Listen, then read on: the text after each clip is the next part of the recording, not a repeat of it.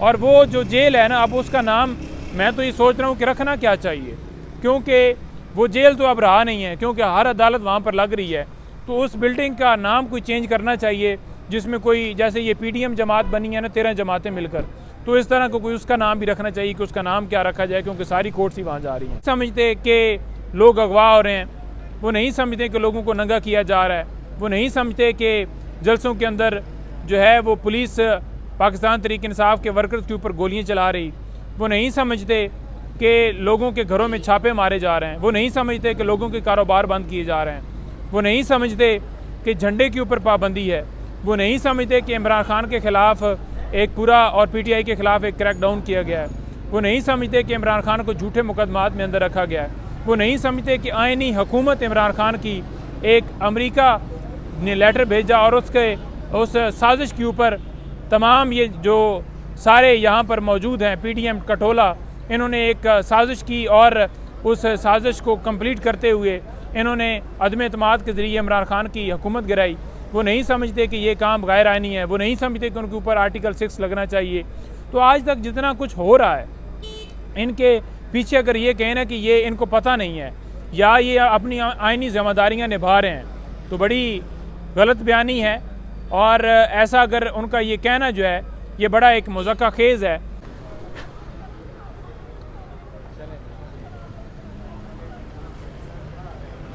Start करूं जी? बिस्मिल्लाहिर्रहमानिर्रहीम। आज जी यहाँ पर पता चला है कि जनाब आज मेंटेनेबिलिटी के ऊपर बहस है इद्दत केस के अंदर, तो बड़ा इसके ऊपर वाज़ह करना चाहता हूँ। वैसे तो उन्होंने आज डेट लिया कि हमने कोई दस्तावेज़ात लेने हैं, अभी मेंटेनेबल है या नहीं इसके ऊपर डिसाइड होगा, तो फिर उसके बाद देखते हैं क्या होता है। तो इसके अंदर मैं बड़ा वाज़ह करना चाहूँगा कि पहले मुफ्ती सईद साहब को इस केस के अंदर प्लांट किया गया, प्लांट तो अब भी हैं, लेकिन उनके ज़रिए दरख्वास्त दी गई, ओन चौधरी साहब और बाकी सारे लोग इसके अंदर शामिल थे। और फिर आपके सामने है कि खावर मानेका को इन्होंने उठाया, उनके ऊपर मुकदमात बनाए।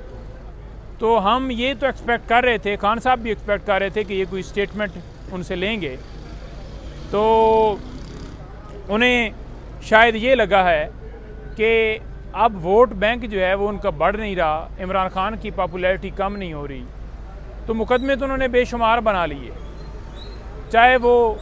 क्वेटा कत्ल हो, वहाँ पर मीडिया ट्रायल करना हो, या मीडिया ट्रायल करना हो जी फ़रज़ शहज़ादी साहिबा के ऊपर डॉक्यूमेंट्स लेकर, या तोशा खाना केस के अंदर आपने देखा कि तारड़ साहब जिस तरह से आए रोज़ यहाँ पर पेश होते थे, या फिर यही केस, ये सारे केस अगर ये कहें ना कि हमारा इनसे तल्लक नहीं है, तो भाई सारा तल्लक ही आपका है। साइफ़र केस के अंदर स्टे जो है छुट्टियों के अंदर ख़त्म करवा के आप जिस तरह से सारे लोग प्रेस कॉन्फ्रेंस करते हैं, और अल-कादिर ट्रस्ट केस के ऊपर जिस तरह से आप प्रेस कॉन्फ्रेंस करते हैं, या क्वेटा मर्डर वकील जो कत्ल हुए वहाँ पर उनके ऊपर जैसे आप प्रेस कॉन्फ्रेंस करते हैं, या जैसे यहाँ पर इद्दत वाला केस है तो उसके ऊपर जो आपके लीडर हैं जो कहते हैं जी कि मैं अब कोई किसी के ऊपर बात नहीं करूँगा और मैं बिल्कुल जो है ना वो इंतकामी सियासत नहीं चाहता, इंतकामी कार्रवाई नहीं करना चाहता, तो ये तो इनके बातें हैं ना, सिर्फ ये पहले भी बातें करते हैं, जो ही वक्त गुजरता है ना तो फिर अपनी बातों से फिर जाते हैं। उस दिन हाई कोर्ट के अंदर भी कह रहे थे कि ये मदीना की रियासत वाले लोग आप देख लें कि इद्दत केस जो बना है तो उसके अंदर इन्होंने जो टाइम था वो ही पूरा नहीं किया, तो आपके सामने बड़ी वाज़ह है जी। तो इस तरह की बातें करके ये फिर ये कह दें कि हम बड़े जो है ना शाइस्ता लोग हैं और हम गाली गलोच की नहीं करते, तो गाली गलोच का भी पूरी दुनिया को पता है कि इन्होंने किस तरह हमारे इदारों के हवाले से जो है बकवासात किए, और सिर्फ हमारे ऊपर ये सारी चीज़ें इसलिए थोपते हैं क्योंकि इन्हें ये लगता है कि ये चीज़ जवाज़ बनाकर इनको साइड लाइन किया जा सकता है। इस चीज़ को टारगेट रखें कि ये जी 9 मई वाले हैं, इन्होंने जी इदारों के ऊपर हमला किया है। कभी इन्होंने आज़ाद तहकीकात की बात नहीं की, कभी इन्होंने ये नहीं कहा कि बेगुनाह लोगों को, मिसाल के तौर पर अब मैं खतीजा शाह की जिक्र कर दूं, बाकी भी इसी तरह से अगर उनकी तमाम मुकदमात में ज़मानत कन्फर्म हो जाती है 3 MPU के तहत गिरफ्तार किया हुआ है, यानी कि उनके खिलाफ कोई एविडेंस नहीं थी, इसी वजह से ज़मानत उनकी कन्फर्म हुई। तो जो आज तक उन्हें अंदर रखा गया है जेल में, या बाकी जो लीडरान रखे गए हैं, उनकी भी इसी तरह से बेल्स होती हैं, एक मुकदमे में होती है, दूसरे में गिरफ्तार कर लिया जाता है, दूसरे में होती है, तीसरे में गिरफ्तार कर लिया जाता है। तो ये चीज़ कौम देख रही है। और हम अगर ये कहें कि हमने अप्रोच नहीं किया, इलेक्शन कमीशन को कहा, हमने निगरान हुकूमत को कहा, हमने चीफ जस्टिस ऑफ पाकिस्तान के सामने पटिशन भी दायर की और ख़त भी भिजवाया, तो तीनों जो हैं उनकी तरफ से यही जवाब आया कि उन्हें आइनी ज़िम्मेदारियाँ निभाना आती हैं और वो नहीं समझते कि फंडामेंटल राइट्स की कोई वायलेशन हो रही है, वो नहीं। और अगर दूसरी बात की जाए केसेस के हवाले से, तो आपने ये देखा कि इलेक्शन कमीशन के पास इमरान खान साहब का जो लगा हुआ था केस तौहीन इलेक्शन कमीशन का। पहली बात तो ये है कि इलेक्शन कमीशन जो है वो कमीशन है, रेगुलेटर एक अदारा है, वो ना तो अदालत है और ना ही कोई और उसका कोई रोल है कि वो ट्राइब्यूनल है। तो जब वो ना कोर्ट है तो कंटेम्प्ट ऑफ कोर्ट की प्रोसीडिंग कैसे स्टार्ट की जा सकती हैं? तो ये एक गलत बात जो है वो गलत एक कार्रवाई जो है उनकी तरफ से की जा रही है। उनके पास एक रिपोर्ट पेश हुई है। रिपोर्ट क्या है जी? रिपोर्ट ये है कि इमरान खान साहब को सिक्योरिटी थ्रेट्स हैं, तो लिहाजा उनको जो है वो पेश नहीं किया जा सकता। और अगर रिपोर्ट दिखाने की बात की जाती है हमारी तरफ से, तो ये कहा जाता है कि वो सीक्रेट है और हमें रिपोर्ट दिखाई नहीं जाती, और फिर हमें सुने बगैर ये कहा जाता है कि अब इलेक्शन कमीशन भी जेल जाएगा। ठीक है जी, नैब कोर्ट जो है वो जेल जा चुकी है। आपके सामने जो ऑफिशियल सीक्रेट्स एक्ट की जो अदालत है, अबुल असनाद साहब, वो कोर्ट भी जनाब उधर जा चुकी है। आपने देखा कि जनाब और दीगर कोर्ट जो हैं, और अब इलेक्शन कमीशन भी तैयारी पकड़े हुए है। मेरा ख्याल में सुप्रीम कोर्ट और हाई कोर्ट ही अब रह गया जो वहाँ पर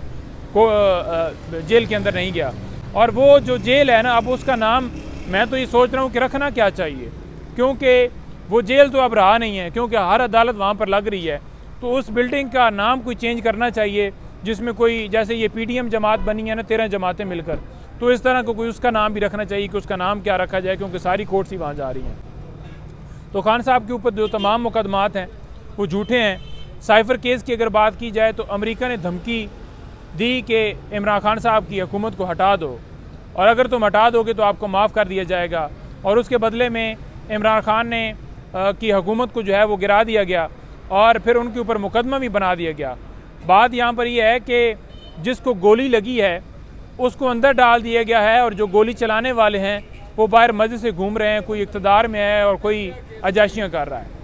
तो ये साइफर केस है। और अगर अल-कादर ट्रस्ट केस की बात की जाए तो 190 मिलियन जो है वो सुप्रीम कोर्ट के अकाउंट में पड़ा है, इमरान खान के अकाउंट में 1 रुपया नहीं गया। और जो अल-कादर ट्रस्ट है वो, उसमें इमरान खान साहब और बीबी साहिबा ट्रस्टी हैं, कोई उन्होंने करप्शन नहीं की है, कोई उनकी ज़मीन जो है वो उनके